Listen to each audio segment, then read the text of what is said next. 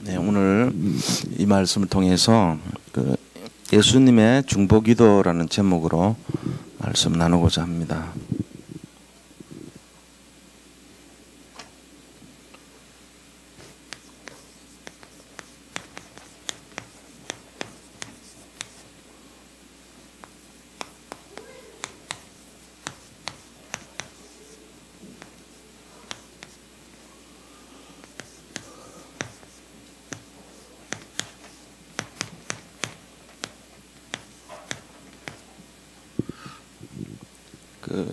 이번 강단에서 우리가 함께 나누었던 말씀을 조금 다시 한번 정리를 하면요.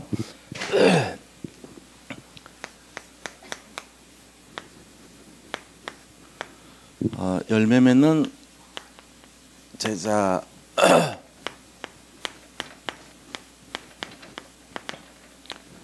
열매 맺는 제자라는 말씀을 나누는데, 무화과나무를 이제 이렇게 하나님께서, 예수님께서 저주하면서 뿌리채 이제 말라가는 그 모습을 봤죠. 그런데 예수님은 여기에 무슨 메시지를 이제 주시기 위해서 하셨다고 제가 말씀드렸지 않습니까? 그래서 열매를 원하시는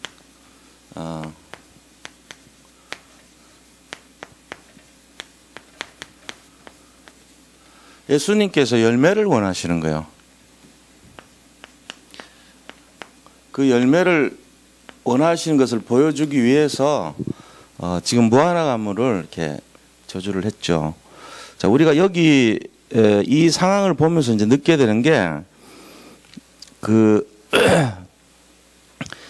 무화과나무 상태를 이제 지금 말씀을 하고 계신 거죠. 진짜 예수님 원하시는 것은 무화과나무를 열매 없다고 저주한 것이 아니라 이 이스라엘의 영적 상태를 보여주신 거예요. 이게 굉장히 중요하다는 거죠. 지금도 우리도 마찬가지입니다. 우리의 영적 상태를 예수님은 원하시는 거예요. 영적 상태가 정말로 주님이 원하시는 뜻, 내 중심이 아니고 주님이 원하시는 뜻 중심으로 바뀌기를 원하세요. 이게 이제 신앙생활이 다거든요. 그러니까 우리가 지금 현실적으로 잘 안 된다고 생각하는 거 많죠. 사실은 내가 뭐 기도해도 응답도 없는 것 같고, 전도를 하고 싶은데 도대체 실제적으로는 어떤 응답이 만약에 뭐 영접을 한다 치더라도 그 사람이 제자가 된다는 또 보장이 없어요. 갈급한 영혼들이 복음 듣고 구원은 받았지만 그 영적인 상태가 자라서 진짜 또 이 사람이 열매를 맺고 이렇게 또 그게 또 열매를 맺고 이렇게 가야 되는데, 그게 우리 뜻대로 안 돼요. 그러니까 도대체 뭐 다락방 운동 해가지고 복음 전하고 구원의 길을 하는 것까지는 좋은데 양육하는 건 자신 없다면 이래 나오거든. 또 실제적으로 또 양육 다락방 하는 사람도 많지도 않아요, 평신도들이. 그러니까 이제 이런 어떤 하나의 딜레마에 빠진단 말이에요. 그 이유가 뭡니까? 내가 해서 그래요. 내가 하면 안 돼요. 그래서 이거를 영적 상태라고 표현한 거죠. 다시 말하면 이 영적 상태는 어떤 영적 상태냐면은 열매 맺지 못하는 영적 상태예요. 이런 영적 상태에 놓여 있는 이 사람의 이유가 뭡니까? 믿음이 없어서 그렇죠. 그거는 이런 상태를 똑같이 성전도 마찬가지로, 성전이라는 이 상태가 무화과나 마찬가지로 성전도 똑같은 거예요. 자, 여기서 상징하는 게 뭐냐? 무화과의 상태, 열매 없는 무화과나 이 상인들로 가득한 성전이나 전부 이스라엘의 잘못된 영적 상태를 말하는 거죠. 성전이라고 하는 것은 결국은 전 세계에서 유일하게 말씀을 받은 이스라엘 사람들이 지은 하나님 임재하신다고 하는 장소예요. 전 세계 예루살렘에 유일하게 하나밖에 없는. 근데 여기가 타락했단 말이에요.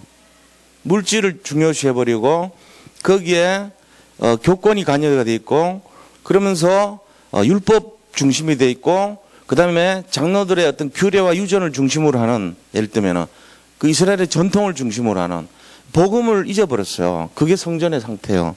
무화과도 이스라엘을 상징해요. 근데 이 무화과가 가장 중요한 역할이 열매를 맺어야 되는데 열매 없이 잎사귀만 무성한 상태예요. 그 잎사귀라는 것이 상징하는 것이 결국은 뭐냐면은 복음 아닌 것들로 가득하다 이 말이거든요.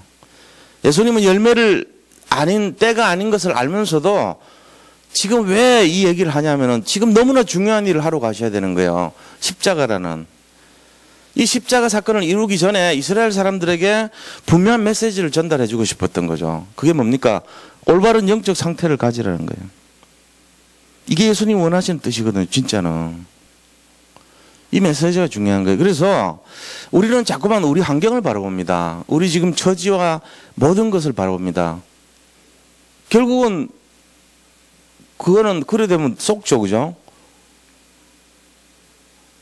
내가 기억하는 것 중에 하나가 그런 말씀 하시더라고요. 옛날에 제가 정은주 목사님 이제 그 찾아뵙고, 내가 예를 들면 이제 장로 되기, 피택 장로가 돼가지고 이렇게 교회 앞에서 있는데 굉장히 뭐 중요한 이제 안수 집사님들이 도와줘야 될 일이 있어요. 근데 전혀 뭐 이렇게 협조를 안 해주는 거예요. 원래 교회에서 안수 집사님 분위기가 좀 그래요. 좀 애매해요. 잘 안 움직이고 활동도 안 하고 이래요.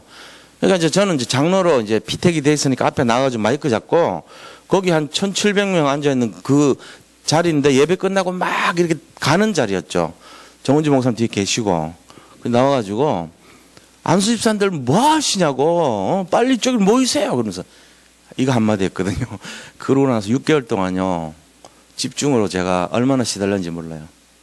이제 왜냐면 제가 제일 영향을 끼칠 수 있는 입장에 있었어요. 그때 당시 조금.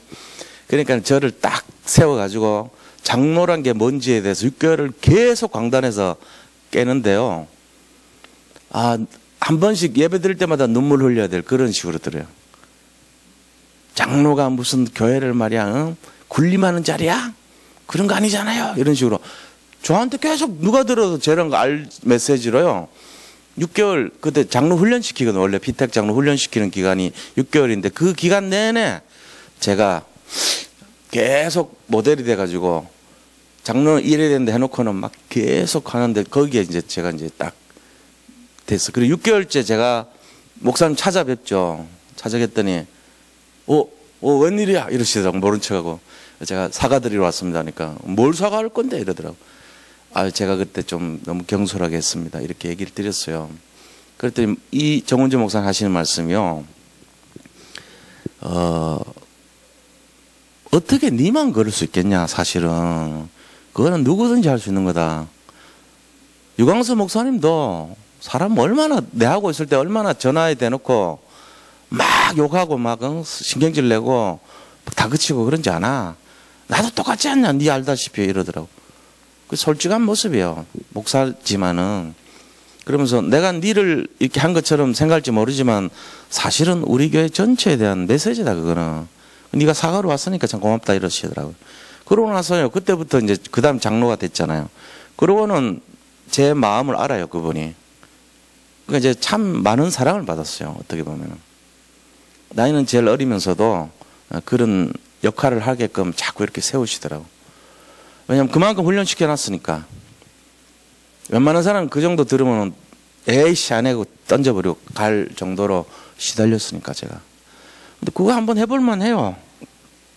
그걸 한번 당해봐야 진짜 되더라고. 그 다음부터 무슨 얘기 들어도 뭐 하실만 하니까 하셨겠지 이러고 들어요. 그냥 야단치면 예 알겠습니다 고칠게요 이러고 편안해지더라고 관계가. 그분 성격이 원래 그래요. 대놓고 막 욕해버립니다. 그냥 앞에 있으면 이건 마지막 이러고 막 이렇게 해요. 목사님이 장로님들 시험 딱 들게 그래 해놨다니까. 대놓고 막 얘기해버린다니까요. 그냥 하는 분이 아니에요. 우리가 상상하기 이상으로 이해를 못할 정도로 그래요. 속은 없으면서도. 근데 그 속에 뭐가 메시지가 있어요 진짜로. 그냥 그러진 않거든. 그걸 내가 받아들이기 시작하니까 감사하더라고요. 근데 그때 한 말이 참 어려운 말 아닙니까? 유광수 목사님 우리 그래도 전체를 이끌어 가시는 분인데 그분 얘기까지 하고 본인 얘기까지 하면서 다 인간은 다 똑같다. 실수한다. 얼마나 저를 편하게 해줘요. 사람은 다 마찬가지예요. 우리가요. 이 영적 상태가요. 안 되는 구조로 돼 있어요. 나만의 얘기가 아니라니까. 잘못하면 우리 시달려요. 남은 일은 다 똑같아요. 전국에 있는 모든 기독교인들 거의 비슷할 겁니다. 근데 거기서 뭘 잡아야 되냐면은 자꾸 나를 이렇게 내세우는 거 하지 말라는 거예요. 그게 각인돼 있다니까 우리가. 그래서 이거를 영적인 열매를 원하는데 그리스도가 주인 되면 돼요. 이거 주인 바꾸게 하는 거예요. 주님이 해야 돼요. 전도도 주님이 하시고요. 교회 일도 주님이 하시고 또 무슨 우리가 이렇게 무슨 사람을 제자화시키는 것도 주님이 하시는 거예요. 우리는 거기에 그냥 마이크처럼 쓰임 받다가 뭐 마이크 이거 낡아지면 버리잖아요. 버림받으면 끝이죠 뭐 그런 거지. 여기가 소망이 있는 거 아니잖아요. 쓰임 받은 것에 감사하면 되죠. 그거를 내가 잘해서 일에 나와버리면 이제 틀린 거 하는 거거든요. 그 그리스도께 맡기면 되는 겁니다. 진짜로. 제가 신앙 양심적으로 말씀드리는 거예요. 그렇게 많은 적을 했지만은 저 역시 내가 관여가 되니까 화가 나고 제가 막 일을 하려고 그러고 열심히 나오고 이러더라고요. 근데 그렇게 하면 안 돼요. 그래서 그 다음에 배운 게 제가 겸손을 배우고 섬김을 배웠어요. 진짜로. 최대로 섬겨주고 겸손하게 하고요. 제 인생에 굉장히 값진 보화를 얻은 거예요. 왜냐하면 나를 앞세우지 않았던 거 있죠. 하나님이 하셔야 돼요. 교역자가 돼가지고 무슨 부서를 맡았는데 우선 뭔 마음이 드냐면은 내가 관여하면은 돼. 이런 그런 거 있잖아요. 내가 하면은 영권이 있으니까 돼. 이런 어리석은 생각을 많이 했거든요. 근데 그게 결국은 무너지더라고. 나를 앞세우면 안 돼요. 우리가 할 수 있는 거는요, 실패하고 좌절하고 절망할 수밖에 없는 체질입니다. 근데 하나님이 하시면요, 안 되는 것 같은데 어느 날 돼버려요. 제가 그 양양공항 얘기했잖아요. 매년 적자에서 100억씩. 2,000명 들어와야 되는 공항에 4명 들어왔다니까. 예를 들면 0.2%라는 거는 200명이 아니더라고. 2,000명 중에 4명이에요. 거기 수용 능력이 100만 명이에요. 근데 1년 내내 4만 명 온 거예요. 한 주에 15명씩. 비행기가 왔다 갔다 외국에서 온다는 사람들이 일주일에 한 번 오는데 몇 명 태고 오냐. 비행기 4대가 오니까 거기에는 4대가 앉을 할 줄이니까 4명씩 태고 오는 거예요. 그게 0.2%거든. 100만 명이 와야 되는 비행장이 1년 내내 4만 명 온 거예요. 생각해 보세요. 그게 적자가 100억씩 나지. 그게 9년 동안 그랬다니까요. 문 닫아야 되잖아요. 근데 한 사람, 공무원 한 사람 눈 뜨니까 홍보하고 이렇게 해버리니까 어떻게 돼요? 그러면서 믿음을 갖고 있었단 말이에요. 작년 7월 달에 재작년에 메르스 있어가지고 별로 안 왔어요. 7월 한 달만 통계를 냈는데, 그전 해보다는 많이 증가됐겠죠. 7월 때면 이제 여름 쪽으로 가는 거니까, 그죠? 청주공항이 300% 성장했어요. 7월 한 달만 보면은, 제주공항이 500% 성장했어요. 양양국제공항이요, 2400% 성장했어요. 그거 하나만 봐도 놀라운 사실입니다. 지금 완전 흑자 났어요. 애물단지인데 보물로 바뀌었잖아요. 보물단지로. 그러니까 우리가요, 지금 뭐 사양 맡아가지고 내 힘으로 안 된다고 아이고 0.2% 이거 어떻게 하지? 이런 그걸로 절망하면 안 돼요. 그거는 계산적인 믿음이에요. 제가 주일날 말씀드릴 것은 믿음을 강조한 거예요, 사실은. 근데 그 중에서도 절대적인 믿음을 가지라 이거예요. 지금 우리나라 보세요. 어디 하는데 되는데 어디 있습니까? 안 된다니까요. 장사하면 할수록 손해봐요, 요새는. 투자했던 사람도 걷어놔야 돼, 지금. 빼놔야 되는 시간표예요. 그럼 놀고 먹더라도 안 하는 게 나아. 움직일수록 손해인데? 근데 딱 봐요, 2400%. 24배. 말이 되냐고요. 이런 게 뭐가 있단 말이에요. 그 한 사람의 어떤 믿음이 있는 거예요. 이 가운데도 마찬가지입니다. 자기가 맡은 부서예요. 내가 하면 돼. 이게 아니고, 진짜 내가 그리스도를 믿으면 돼. 이걸로 바꿔야 돼요. 그거 가진 사람 한 명 나와버리면은 진짜 바뀐다니까요. 우린 능력 없습니다. 우리가 무슨 능력이 있습니까? 제가 지금 이거 얘기하는 거예요. 그래서, 그러면은 열매를 원하시는 주님이잖아요. 그렇다면은 우리가 정말로 이 안에서 이제 인도를 받는데 어떻게 해야 되냐. 뭘로 맺어지냐 이거죠. 열매라는 것은 결국은요, 원리가 뭐냐, 키가. 열매를 맺는 키가 뭐냐면 믿음이에요, 믿음. 믿음으로 맺어지는 열매다. 이걸 이제 딱 제가 말씀드리고 싶은 거죠. 이 믿음에 대해서 얼마나 불신앙이냐면 베드로 같은 경우 보니까요. 베드로의 불신앙을 보니까 랍비어 일단 그래놓고는 아 진짜 죽었습니다. 말라 죽었네요. 이거를 딱 고백하잖아요. 정말로 말씀하신 대로 말랐나이다. 안 믿고 있다는 얘기예요. 우리도 똑같이 베드로같이 그래요. 예를 들어 강단에서 제가 딱 얘기를 드렸어요. 이번 주에. 우리가 진짜 믿으면은 구하는 대로 정말로 의심하지 않으면 그대로 된다. 이게 이제 선포가 됐잖아요. 근데 무슨 진짜 응답이 왔어요. 그럼 우리가 뭐랍니까? 진짜 왔어요. 이런단 말이에요. 속으로 당연히 올 것이 왔구나. 이게 아니고 진짜 왔네. 이런단 말이에요. 지금까지 내가 살아왔는데 이런 응답이 없었는데 진짜 왔네. 이런 거예요. 내가 한 번도 믿은 적이 없는데 진짜 이제 믿게 됐네. 이거야, 그게. 우리가 그러고 살고 있다고. 그게 베드로뿐만 아니죠. 마가복음 4장 40절 보니까 12제자가요. 갈릴리 바다에서 똑같이 그러는 거예요. 풍랑이 지금 큰 풍랑이 바람이 와서 죽게 생겼나이다 하니까 예수님 딱 주무시다 일어나가지고 바람 꾸짖으시잖아요. 잠잠해졌거든요. 그러면서 예수님 하신 말씀이 두 종류가 있어요. 하나 어떤 사본에는 있고 어떤 사본에 이런 얘기가 있단 말이에요. 너희들 진짜 왜 믿음이 없느냐 그러셨어요. 거기 이제 뒤에 부분, 제일 뒤에 부분에 너희 믿음이 없느냐.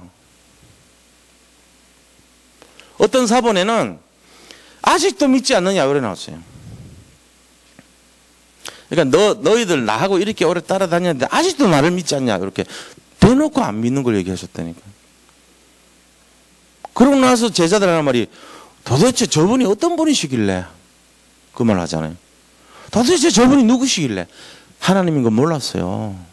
이게 없다는 거예요. 제일 중요한 게 열매를 맺기 위해서는 중요한 게 절대적인 믿음이 있어야 되는데 우리는 늘 보이는 것 중심 믿음 있잖아요. 계산적인 거. 우리가 지금 뭐 어떤 상황으로 가니까 앞으로 어떻게 될 것이 예측하고 막 이래버려요. 성령 역사를 믿는 게 아니고 현실을 중요시 해가지고 그거 바라보고 있단 말이에요. 솔직하게 말하면 저부터도 그렇죠 뭐. 예를 들어 막 사람들 많이 모이고 뭐하고 이러면 막 뭔가 되는 것 같고 제가 덩 비어있고 이러면요 뭐가 안 되는 것 같고 이럴 거 아닙니까. 근데 저는 그런 아니라고 봐요. 이 절대적인 믿음을 가져야 돼요. 지금 여기 100분이 앉아 계시던 10분이 앉아 계시던 제가 진짜 믿음이 있다면 우리의 미래는 달라집니다. 지금 여기가 무슨 뭐 양양국제공항 2011년도 모습이라 치자고요. 2011년도에도 1년 내내 해가지고 거기에 0.2% 가동됐거든요. 변함이 없었다니까. 그래가지고 뭐라고 나왔냐면은 지방에서 글 올렸어요.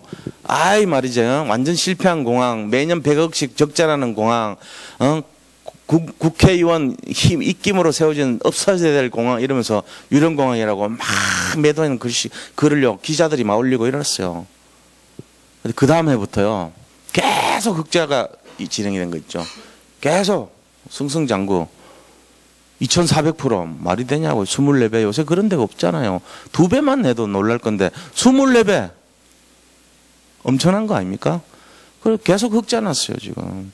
그러면 거기가 흑자 나면은 이 속초 양양 전부 다 먹고 사는 거예요 사실은. 중국 사람들 와가지고 다. 앞으로 계획이 뭐냐면은 저가 항공 국제항공 유치해가지고 이번 달부터인가 12월 달부터인가 취항합니다. 그래가지고 필리핀, 대만, 일본 여기 거 다 잡아오겠다는 거예요. 더 넓히겠다는 거죠. 그러니까 이런 내용들이 믿음이란 말이에요. 사실은 어떤 한 사람의 믿음과 비전 때문에 생긴 거예요. 저도 지금 여기 계신 분들이 앞으로 우리 교회를 세워나가고 진짜 복음으로 제자화돼 가지고 하나님의 나라의 주역으로 쓸 것이라는 믿음이 있죠. 그걸 바라보는 거예요. 근데 그거 아니고 맨날 영적 문제 가득한 아유 저 성도님들 막 이런 식으로만 보면은 저부터 계산적인 믿음으로 보죠. 뭐 이 중에 뭐 다락방 할 사람 누가 있겠노 여기에. 아유 뭐 이 수준 가지고 무슨 교육자도 뭐 예를 들면 제대로 하겠단 말이지. 이런 분위기 돼버리면 어떻게 됐어요? 전달됩니다. 제 속에 있는 믿음과 불신앙이요 은연중에 딱 전달되는 거예요. 저 사람이 뭐 하겠나 저거. 아이고 그런 식으로 본단 말이에요 자꾸. 그러면 안 돼요. 제가 하는 게 아니잖아요. 목표를 하나님 하시는 거잖아요. 저는 계속 믿음의 기도를 해야 되고 여기 계신 분들 한 분 한 분마다 저분은 분명히 하는 계획이 있을 것이다. 이 시대에 시대를 살리라고 부름받은 자 아니냐. 저 사람이 지금은 영적으로 어려움 당하고 영적인 상태가 좀 안 좋다 할지라도 하나님은 분명히 하실 것이다. 이래 나와야 되는 거예요. 그게 절대적인 믿음이거든요. 저도 그렇게 자꾸 이래 인도받고 있는 거예요. 그게 맞죠. 아니면은 뭐 우리가 개인을 놔두고 이렇게 평가를 하고 잃어버리면은 예를 들면 저 사람 뭐가 저게 뭐가 문제고 저 사람 뭐가 안 되고 저거 맨날 뭐 말이 많고 뭐가 이런 식으로만 나온다고요. 제대로 눈에 탁 띄게 뭐 만족하고 이런 사람 몇 명이나 되겠어요, 솔직한 얘기로. 그거 우리가 하는 것이 아니에요. 하나님께 일단 맡고 믿음으로 가야 되는 거예요. 자기 자식들도 마찬가지입니다. 자기 자식들 뜻대로 됩니까? 안 되잖아요. 뜻대로 된다면요, 뭐 훌륭한 레몬트로 키우고 싶죠. 다윗같이 요셉같이. 세상적으로 성공의 기준이요, 믿음의 유산이 안 들어가 버리면 실패자 잃어보면은 우리 전부 다 진짜 새롭게 해야 된다니까요. 그럼 그게 뜻대로 되냐고요. 언약을 심어주고 싶고 자식들이 여기 7명 레몬트 같이 8번째 레몬트로 살고 정말 우리 후손의 후손들이 정말로 이 시대를 살리는 그 복음 가진 자의 모습으로 이렇게 세워지기를 원하는 게 우리 마음이잖아요. 그게 돼요? 내 마음대로? 안 됩니다. 자, 그럼 어떻게 할 거예요? 생각 바꿔야 돼요. 무슨 생각요? 우리 아이들은 하나님께 내가 맡겼습니다. 주님이 계획이 있을 겁니다. 주님이 이 아이들을 사용해 주십시오. 그리고 그대로 될 줄 믿습니다. 이 절대적인 믿음으로 가야 돼요. 그거를 말이죠. 눈앞에 보이는데도 저 녀석들 아무리 말해도 못 알아듣고 내가 손댈 수도 없고 전부 다 생각하는 것이라고는 세상에 잡혀있고 진짜 답답하고 한심하고 맨날 평가하고 앉아있으면 뭐 변화요? 그게 아니에요. 우리 보고 하나님 말씀 한 메시지가 야 나를 위해서 울지 말고 네 자녀를 위해서 울어라 이 말이 기도하라는 얘기잖아요. 근데 그 기도의 내용이 그냥 주님 주십시오 기도가 아니고 믿음의 기도를 하라는 얘기예요. 절대적인 믿음의 기도를 하라는 얘기예요. 내가 볼 땐 누구보다도 그 아이 상태를 알아요. 쟤는 믿을 애도 아니고 말해도 시도 안 먹히고 어차피 지 맘대로 살래야 저거 복음은 안 돼 어차피 라는 결론이 나는 알고 있다고. 그게 불신앙이에요. 왜? 부모기 때문에 아이들을 어떻게 다 합니까? 그 아이의 미래를 모릅니다 우리는. 그래서 어머니가요, 유광수 목사님 어머니가 장자연 이런 분이요, 참 이렇게 훌륭하다고 생각되는 이유가요 거기 있어요. 왜냐면 진짜 누가 보더라도 안 될 사람 아닙니까? 자기도 안 될 거 알지. 이 누가 보더라도 동네에서 손가락질하고 무슨 배경이 있어요. 아이가 무슨 윤리성이나 도덕성이나 뛰어나요. 뭘 어떻게 희망이 있어요. 아무것도 없고 막걸리 먹고 누워서 취하고 잠자고 밤에 또 깡패지 다로 나가는 그 아이 대놓고 머리 대놓고 하나님 이 아이가 시대적인 종이 될 줄 믿습니다. 주여! 그러면서 절대적인 믿음의 기도를 했잖아요. 됐잖아요 지금 그대로. 제가 이 얘기 자꾸 하기가 좀 그래요. 왜 그럽니까? 당연한 거를. 없으니까 우리 주변에 그런 기도하는 사람 못 봤어요 저는. 그렇게 대놓고 진짜 그런 믿음의 기도하는 사람 많지 않다는 거예요. 왜요? 우리는 전부 다 이런 기도하잖아요. 진짜 죽었네요. 저 사람 누구길래 이런 수준으로 살아요 우리가. 그러니까 안 되는 거예요. 우리가 오늘부터라도 절대 믿음으로 바꾸시기 바랍니다. 능치 못할 것이 없다 그랬습니다. 그러고는 그 뒤에 나오는 내용이 기도 내용 아닙니까? 그러면서 뭐라고 합니까? 정말 너희가 기도하라 그랬잖아요. 그러니까 어떻게 해야지? 도대체 어떻게 해야지 그럼 정확하게 열매를 맺냐? 여기에 대한 내용이 쭉 나온단 말이에요. 그게 뭐냐면은 믿음의 기도를 하라. 그리고 그 기도한 것은 받은 줄로 믿으라는 거예요. 그리고 임마누엘 하라는 거예요. 함께. 주님과 함께. 임마누엘 해서 붙어 있고, 그 다음에 예배나 훈련에 빠지지 말고 지속하라는 얘기예요. 지속. 이 지속이 잘 안 되거든요, 사실. 이 예배란 게 지속의 의미입니다, 그죠? 이렇게 하라는 거예요. 그러면 열매가 맺혀진다는 거죠. 우리 인생이 진짜 제일 중요한 것이 뭐냐면은 하나님 가장 기뻐하신 뜻을 알아야 돼요. 그래서 열매 맺는 제자가 되는 것이 너무 중요한 거죠.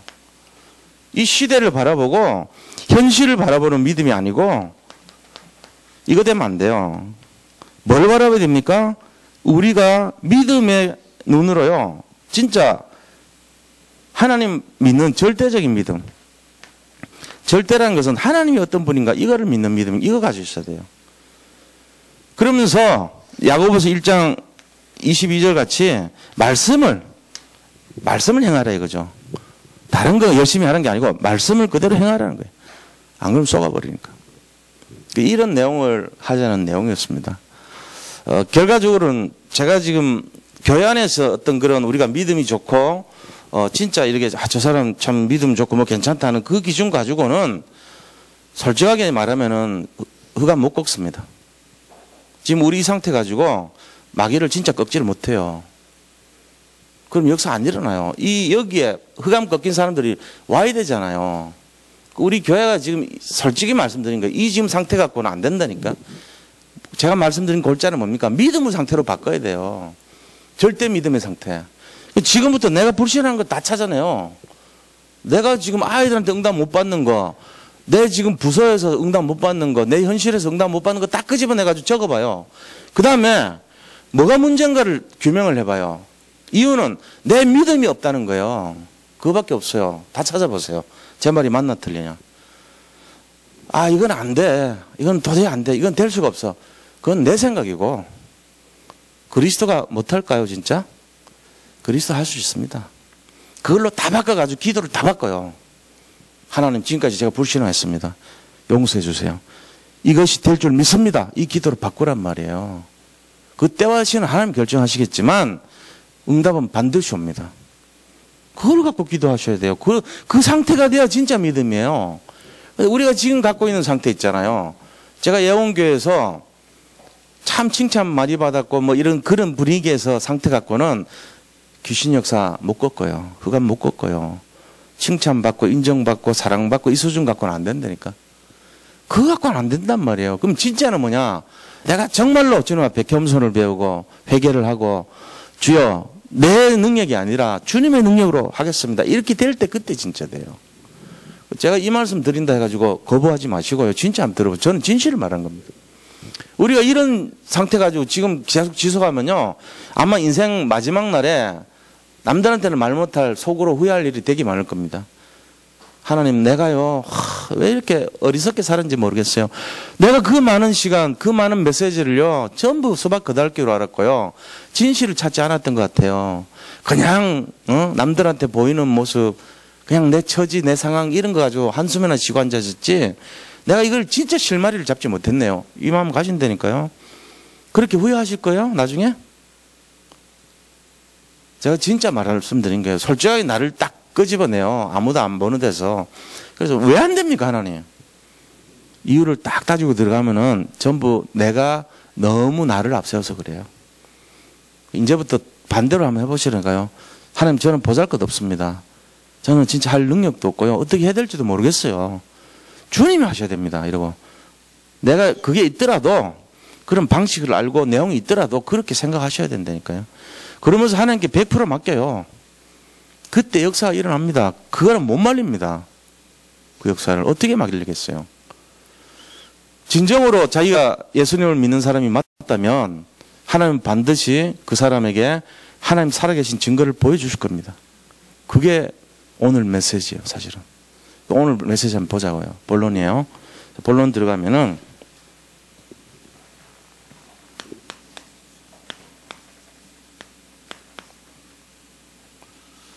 자, 첫 번째요. 예수님. 지금 예수님이 하나님이죠. 예수님이 뭘 원하시냐 이거죠. 원하시는 기도가 있어요.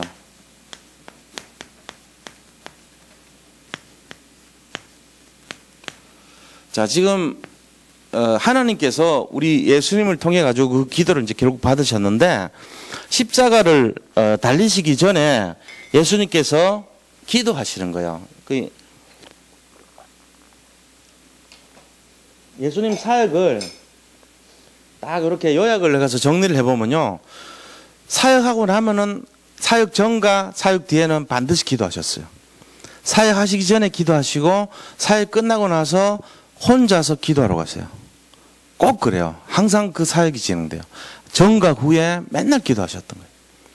근데 그 기도의 내용을 오늘 보니까 뭐라고 기도했냐면 1절에 보세요. 예수께서 이 말씀을 하시고 눈을 들어 하늘을 우러러 이르시되 기도잖아요. 아버지여 때가 이르렀사오니 아들을 영화롭게 하사 아들로 아버지를 영화롭게 하게 하옵소서. 이렇게 기도하는 거예요.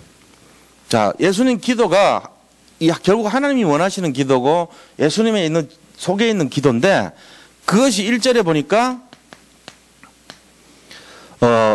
때가 이름으로 십자가를 지시기 전에 내가 때가 이름으로 때라는 건 십자가 지는 때인데 믿음의 고백을 하신 거예요.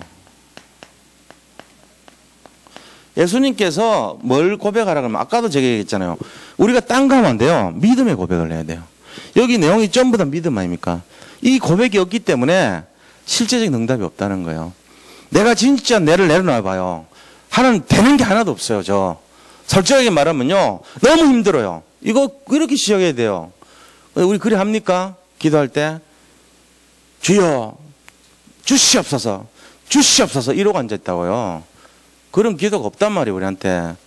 내가 지금 형편없고 내가 지금 안 되는데 자꾸만 내 힘 쓰려고 합니다. 주님 이 나를 좀 없애게 해주세요. 이런 기도가 나와야 돼요. 자기를 부인하고. 근데 맨날 내 힘 앞세워. 그런데도 부족한 그 힘을 끄집어내가지고 자꾸만 내가 뭔가 해보려고. 그러지 마세요. 안 돼요. 그거 되지도 않아요. 하나님 하셔야 됩니다. 자기 자신이 안 되는 그 내용을 다 적어보시라니까. 그래서 주님 내가 했더니 이렇게 안 됩니다. 주님이 이제부터 하세요. 될 줄로 믿습니다. 그러면서 뭘 앞세워야 되냐면 믿음을 앞세워야 돼요. 그래야지 응답이 오죠.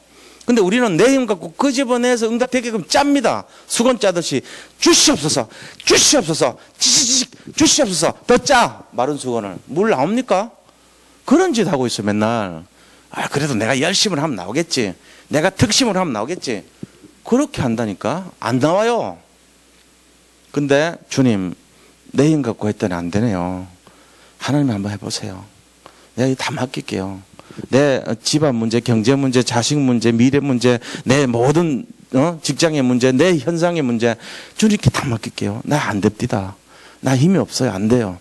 주님이 진짜 제자 세워주시고요. 주님이 진짜 응답 보여주시고 주님이 진짜 치료해 주시고 주님이 진짜 하는 거 보여주세요. 나는 못하겠습니다. 이럴 때 역사합니다. 그거를 강화시켜야 돼요. 자꾸만 기도를. 그래가지고 믿습니다. 주님은 할 수 있습니다. 주님은 할 수 있다고 믿습니다. 진짜 믿어야 돼요. 그럼 역사 일어나죠. 내 거를 갖고 자꾸 들이대니까 주님이 볼 때 안타깝단 말이에요. 수고하고 무거운 짐지하더라. 애쓰지 마라. 나한테 와서 그냥 쉬어. 너는. 그냥 좀 쉬어라. 뭘 그렇게 자꾸만 쥐어 짜고 있니 더. 방법만 배워가지고 기도하면 된다고 했으니까 하기는 하겠지. 믿음 하나도 없이 악으로 깡으로 하고 앉아있다고 지금. 돼요 그게? 솔직히 그거 돼도 문제예요. 안 돼요. 진정한 응답 없습니다.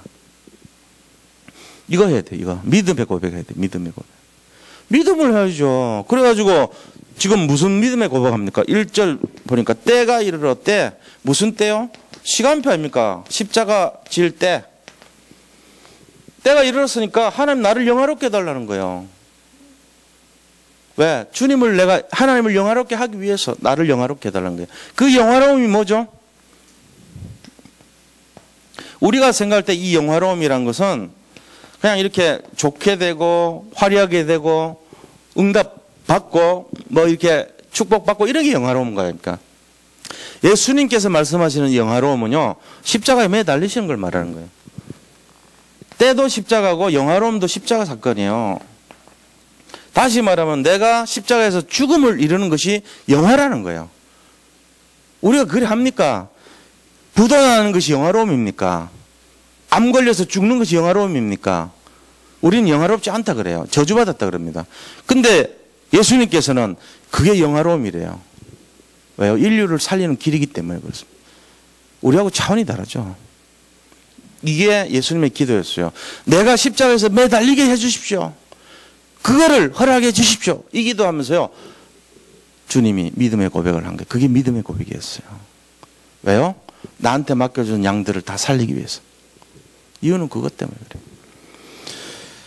그래서 2절에 보니까 예수님 오신 목적이 있습니다. 아버지께서 아들에게 주신 모든 사람에게 영생을 주게 하시려고 만민을 다스리는 권세를 아들에게 주셨음 이로소이다. 이 만민을 다스리는 권세가 언제 일어나죠? 19장 30절에 일어나요. 요한복음 19장 30절에.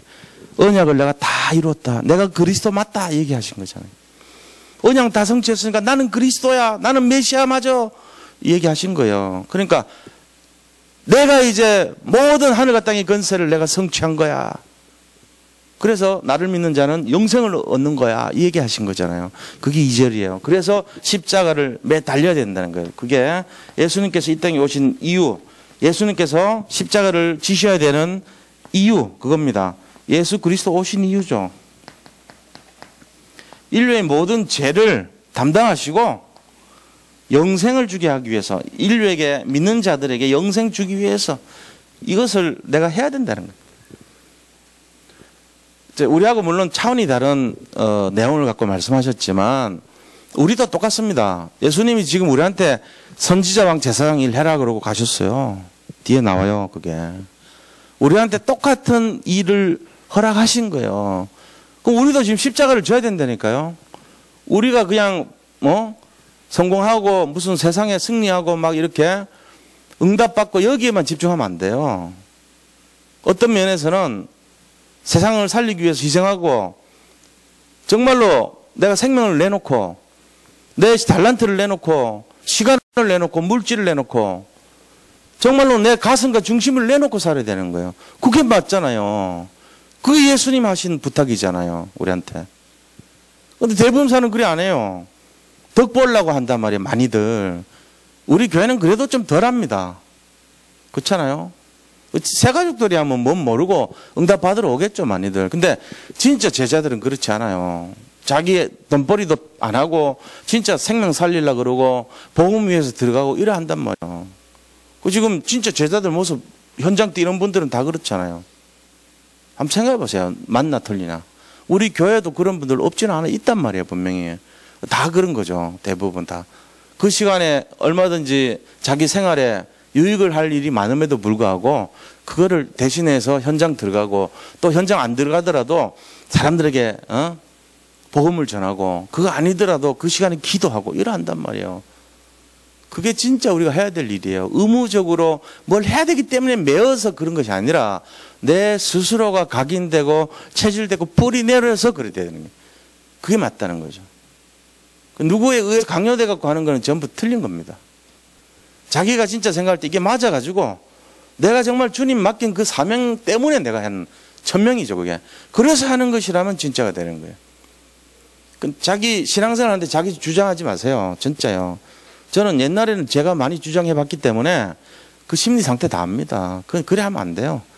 복음을 해야 돼. 복음하는 건 뭐냐면은 자기를 이렇게 드러내지 않으면서도 교회가 살아나도록 딱 뒷받침해주는 그런 거예요.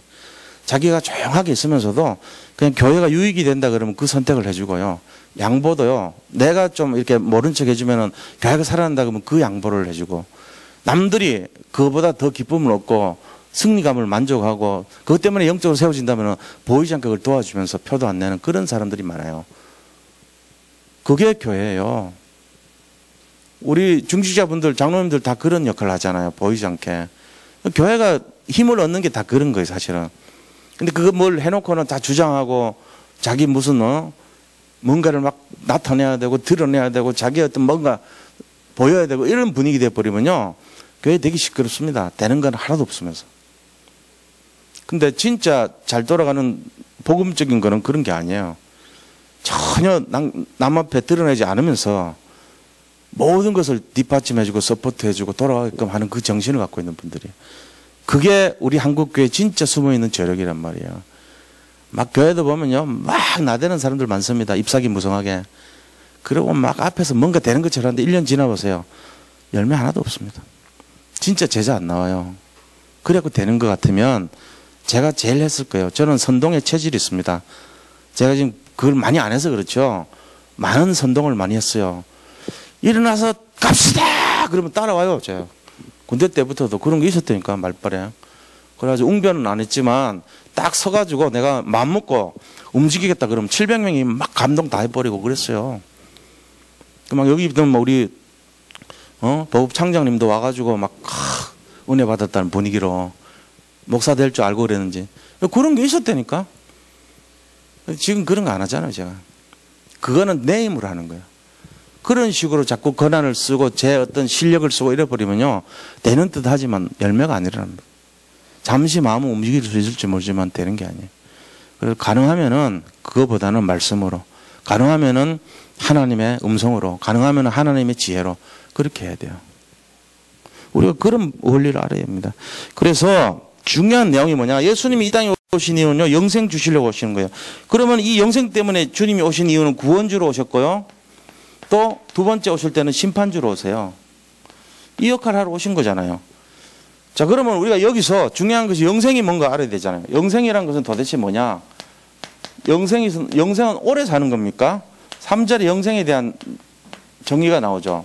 오래 사는 게 영생이 아니고 하나님과 그리스도를 아는 것이 영생이에요. 이게 영생이란 말이에요. 아, 영생이란 것은 결국은 그리스도 아는 거구나. 이게 세상 사람들이 아는 거랑 틀려요. 영화로운 거가 굉장히 좋고 화려하고 이런 것이구나. 세상 기준입니다. 하나님 나라에서는 십자가 지고 순교하는 것이 영화로운 겁니다. 자, 영생이란 것도 오래 살고 제대로 살고 승리하고 사는 것이구나가 아니라 그리스도 아는 것이 영생입니다. 우리가 본질이 뭔가를 잘 알아야 돼요. 본질은 항상 그리스도에 있어요. 복음에 있어요. 그래서 우리 속에 있는 복음 아닌 건데 복음인 것처럼 착각하는 거 다 버려야 돼요.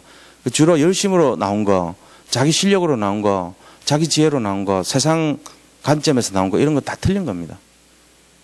제대로 된 거는요, 복음에서 나온 거는 그리스도에서 나와야 돼요. 그리스도의 마음에서, 그리스도의 지혜에서 나와야 돼요. 그럼 뭐 내세울 게 뭐 있어요. 그냥 조용하게 자기가 할 일을 하면 되는 거죠. 자, 두 번째는요, 우리가 이런 내용을 알았으면은 예수님이 지금 중보기도를 하셨는데 이거 알아야 됩니다. 예수 그리스도께서 하신 중보기도가 뭐냐? 세 가지 기도를 하셨거든요. 첫 번째는 오늘 보세요.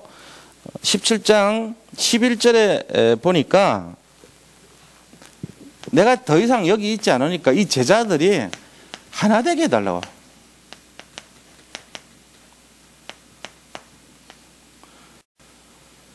원네스를 기도했어요.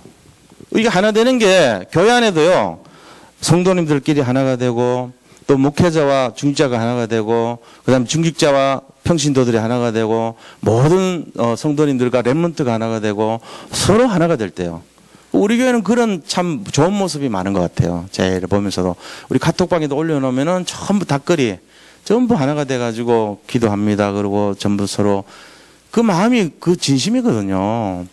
그리고 우리 담당하시는 부서별로도 보면 장로님들이 나와가지고 격려해주고 힘주고 막 하시는 거 봐요. 하나 되게 하는 원동력이란 말이에요, 이게. 그 리더십 아닙니까?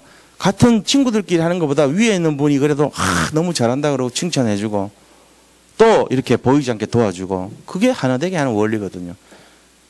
그걸 기도했어요, 예수님께서. 11절 보세요. 나는 세상에 더 있지 아니하오나 그들은 세상에 있사옵고 나는 아버지께로 가옵나니 거룩하신 아버지여 내게 주신 아버지의 이름으로 그들을 보존하사 우리와 같이 그들도 하나가 되게 하옵소서. 여기서 우리와 같이라면 성부 성자 성령이 하나 된 것처럼 모든 성도님들이 하나가 되게 해달라고 기도하신 거예요. 그러면서요 15절에는 보니까 두 번째 기도가 15절에 나와 있는데 대표적으로 보존, 그들을 지키고 보존하게 해달라 그랬어요. 그들을 뭐해서요? 사탄으로부터요.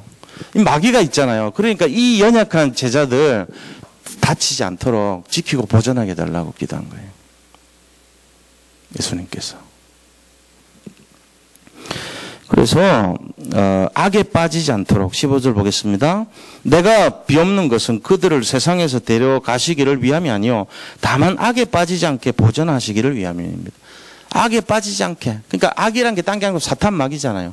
거기 걸려들지 않도록 함정과 올무와 틀에 들어가서 12가지 재앙에 빠지지 않도록 그 기도하신 거예요.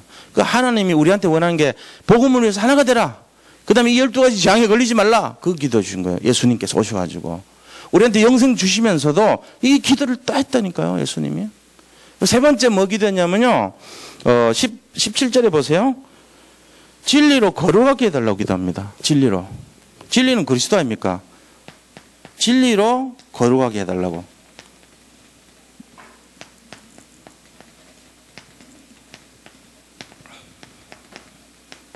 이거 기도하신 거예요.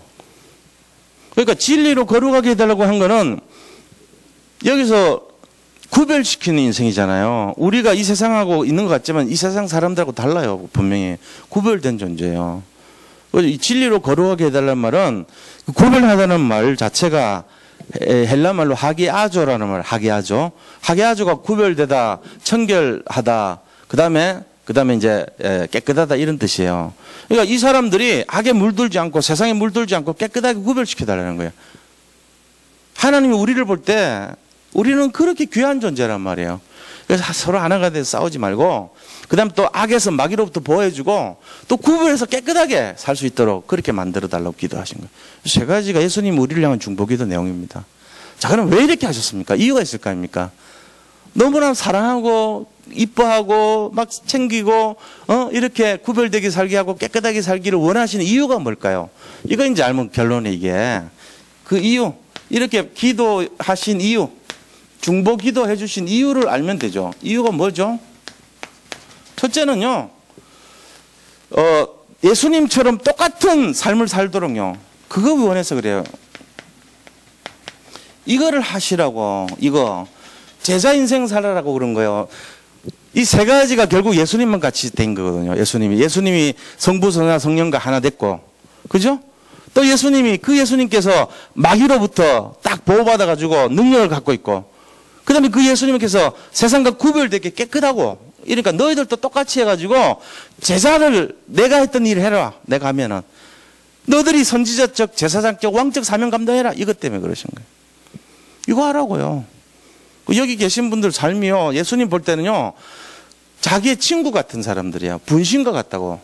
예수님의 아바타 우리는. 아바타 나쁜 게 아니라니까.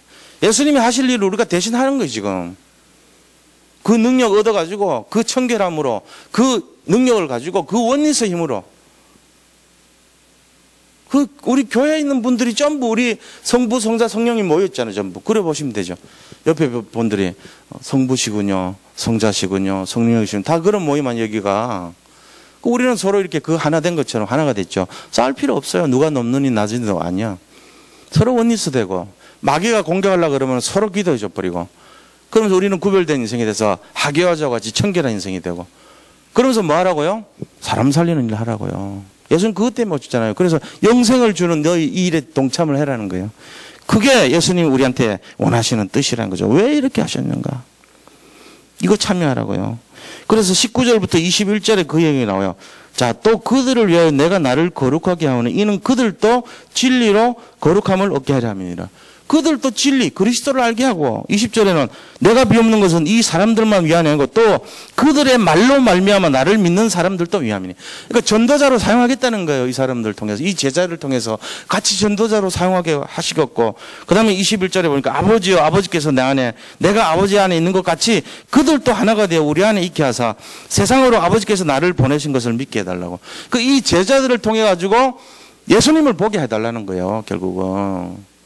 우리를 그렇게 깨끗하게 깨끗해야지 사용할 거 아닙니까? 성령으로 충만하고 하나가 되고 성부, 성자, 성령 하나 된 것처럼 우리가 하나가 되고 우리가 능력이 있고 우리가 깨끗하게 구별되어 있고 이러면은 하나님 쓰시잖아요. 그렇게 하는 이유가 뭐냐? 제자되라고 그런 거잖아요. 이게 19절에서 21절의 내용이에요, 지금. 그래서 기도를 지금도 계속 하고 계신 거예요. 세 가족이 한 명 오면은 그 사람 그릇 될 때까지 계속 기도하죠. 그러면서 뭐라고 얘기합니까? 네 힘 가지고 강하지 말고 내가 주는 힘을 자꾸 받아들여 이렇게 얘기합니다. 근데 우리는 몰라요. 지금까지 막 습관이 옛날 전통적인 교회는 어떻게 합니까? 막 열심히 기도해라. 네 힘 갖고 강화시켜라. 니를 강화시키고 네가 하면 돼. 네가 열심히 하면 돼. 이랬다고요. 근데 그 마른 수건에 물이 안 나와 더 이상. 그거를 쥐어 짠다고 나옵니까? 그거 갖고 하는 게 아니에요. 처음부터 우리가 바꿔야 돼 생각을요. 그럼 어떻게 합니까? 주님 저는 못하겠습니다. 하나님이 하셔야 돼요. 저는 입이 뻣뻣하고 혀가 둔한 자니까 저는 지팡이 갖고 갈게요. 주님이 알아서 다 해주세요. 제가 지팡이 드리우라는 건 할게요. 자, 드리우세요. 이거 할게요. 그럼 하나님이 열어주셔야죠. 바람 불어가지고. 그럼 되잖아요. 이 생각으로 바꾸시면 돼요. 그래서 제가 목회하는 것도 마찬가지고 여기 뭐 인원이 많고 적고 이런 거 관계 안 하고 편한 마음으로 막 하는 것도 마찬가지예요. 하나님이 하시면 언젠가는 여기가 엄청나 2400% 아니라 24000%도 될 가능성이 있어요. 하나님의 능력은 그런 거예요. 근데 중요한 거는 내가 그걸 믿냐 안 믿냐는 거죠. 중요한 거는 내가 진짜 믿는 그릇이 맞다면 내 힘을 아주 대단하게 버는 사람이 아니라면 만약에 내 힘을 갖고 강조하면 어떻게 되겠어요? 대단한 교회로 키울 수는 있죠. 여의도 순복음 교회 같이도 되고 막 다 되죠. 자기 힘으로. 어느 날 무너져 버려요. 한순간에 그냥 박살나 버립니다. 교회가. 왜요? 그 사람 힘으로 했기 때문에요. 안 될 힘 갖고 했기 때문에 그런 거예요. 근데 그게 아니고 처음부터 끝까지 하나님 힘으로 했다면 아무런 문제 없어요. 하나님은 그런 분이에요. 우리가 이거 알아야 됩니다. 그래서 이렇게 중보기도 하신 이유가 뭐냐면요. 흑암에서 모든 사람들을 지키려고 그래요. 23절 보세요. 흑암으로부터 보호해 주시기 위해서. 23절. 이 제자의 삶을 사는 사람들을 지키는데 23절 곧 내가 그들 안에 있고 아버지께서 내 안에 계시어 그들로 온전함을 이루어 하나가 되게 하려 함은 아버지께서 나를 보내신 것과 또 나를 사랑하신 같이 그들도 사랑하신 것을 세상으로 알게 하려 합니다. 하나님이 이 전도자들, 이 제자들을 사랑하신다는 것을 세상 사람들에게 보여준다는 거예요. 그럼 뭐가 있겠어요? 증거가 있겠죠. 그 전도자의 삶을 살고 제자의 삶을 사는 사람들에게 주는 참된 평안, 참된 응답, 참된 축복 이런 거를 주신다는 거 아닙니까? 하나님의 사랑을 보여주신다는 거예요. 그렇게 하면서 결국은 구별된 축복의 증인으로 사용하시려고 24절이에요. 이게 기도하신 이유가 증인으로 쓰시려고 그래요. 결국은 이게 하나님의 우리를 택하시고 인도하시고 기도해 주시는 궁극적인 이유입니다. 24절입니다. 우리도 천국에 가듯이 보세요. 아버지여 내게 주신 자도 나 있는 곳 이게 천국이거든요. 나 있는 곳에 나와 함께 있어. 아버지께서 창세전부터 나를 사랑하심으로 내게 주신 나의 영광을 그들로 보게 하시기를 원한다는 거예요. 나의 영광을 보듯이 그 사람들 개개인의 그 영광을 볼 수 있도록 끼워달라는 거예요. 이게 얼마나 큰 겁니까? 인간으로 태어나가지고 하나님의 받을 영광에 우리가 동참한다는 거예요. 이게 보통 사건이 아니죠. 천국에 가서 하나님의 영광에 참여한 인생이 되는 거예요. 그러려고 우리한테 기도해 줬다는 거예요. 그러기 위해서 지금도 중보기도 하는 거예요. 왜요? 너무 사랑하니까요, 우리를. 근데 그게 우리 힘으로 했습니까? 그거 아니잖아요. 하나님 능력으로 하신 거예요. 하나님이 우리를 끼워주려고 이렇게 하신 거예요. 다 보세요. 아버지가 나한테 한 것처럼 이 사람들 사랑받게 해주시고 끼워주시고 천국에 오게 해주시고 증인되게 해주시고 깨끗하게 해주시고 보호하게 해주시고 전부 뭐예요? 우리가 한 거 하나도 없어요. 전부 지금 하나님 기도에 의해서 지금 되는 거예요. 다 알고 보면은. 근데 그걸 모르고요. 자기 잘난 맛으로 자기 능력으로 자꾸 그러면 안 돼. 제가 같은 말 계속 하는 것 같지만 이게 뼛속에서부터 새겨져야 되기 때문에 그래요. 항상 기본입니다. 기본이 뭡니까? 그리스도가 앞세워져야 돼요. 그러면 다 되게 돼 있어요. 제가 이번 설교 이것도 똑같고요. 이것도 똑같고 다 마찬가지예요. 오직 그리스도를 믿으라는 것에서 시작돼요. 거기서 시작되는 거예요. 자, 그래서 우리가 이런 내용이 왔다면 결론이 어떤 거겠습니까? 나의 결론이 뭐죠? 내 인생의 결론.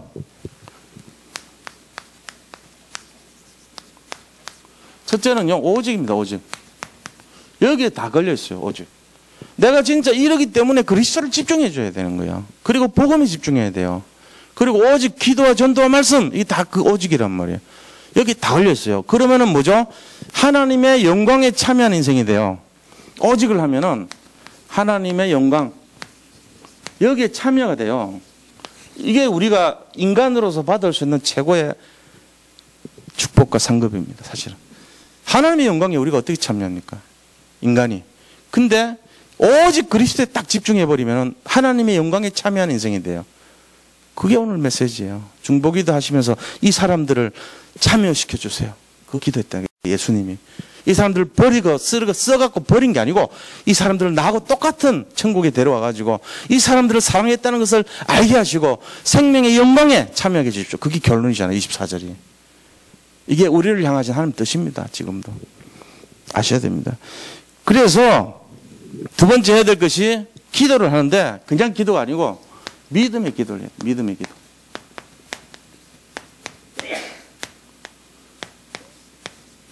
요한복음 16장 24절.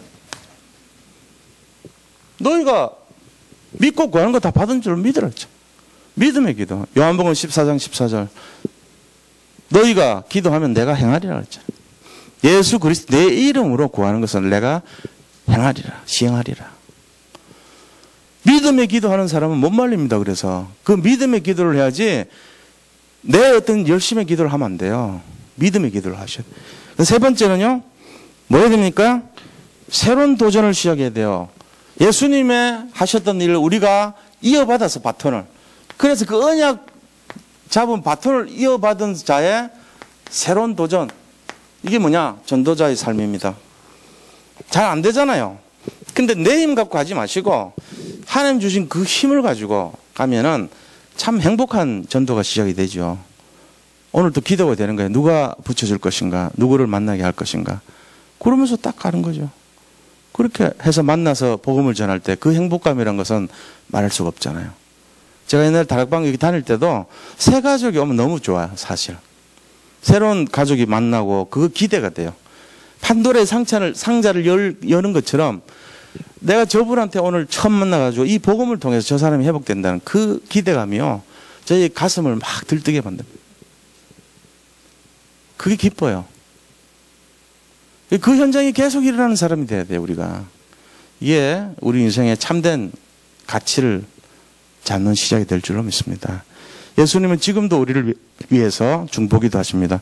하나님, 이 사람들을 하나님이 나한테 능력 주신 것처럼 이들에게 능력 주시고, 하나님 나를 보호해 주신 것처럼 이들을 보호해 주시고, 하나님 나에게 영광을 주신 것처럼 이들도 영광시켜 주시고, 주님이 사랑하신다는 것을, 이들을 사랑하신다는 것을 많은 사람이 알게 해주세요. 기도하시고 있잖아요, 지금. 이거 가지고 내 힘이 아니고 하나님의 기도의 능력으로 우리는 지금 모든 걸 할 수 있습니다. 내가 안 되는 건 내가 했기 때문에 안 돼요. 다 버리시고 하나님이 하신 걸 찾아보시기 바랍니다. 오늘도 늦지 않습니다. 오늘부터 새로 판을 짜고 2017년도를 한번 준비해 보세요. 진짜가 되나 안 되나. 자식, 가정, 경제, 산업, 미래 모든 거 한번 걸어보세요. 되는가 안 되는가. 사역까지. 진짜요. 생각 바꿔야 돼요. 내가 자꾸 하려면 안 되는 거예요. 나의 지혜 아닙니다. 이번 주 강단 메시지 뭔지 아세요? 하나님의 능력과 하나님의 지혜입니다. 왜? 제 마음속에 박혀있는 게 그거예요. 그러니까 자꾸 그런 제목이 나와. 내 능력 아닙니다. 하나님 능력. 내 지혜 아닙니다. 하나님 지혜. 제목도 그렇게 나와. 계속. 다음 주도 비슷할 거야 아마. 나는 그렇게 인도받고 있어요 지금. 왜요? 제가 지금 그렇게 변해가고 있는 거예요. 제가 자꾸 옛날에 내가 했던 거 다 내려놓으려고. 승리하시기를 축원드립니다. 자, 우리 찬송가 300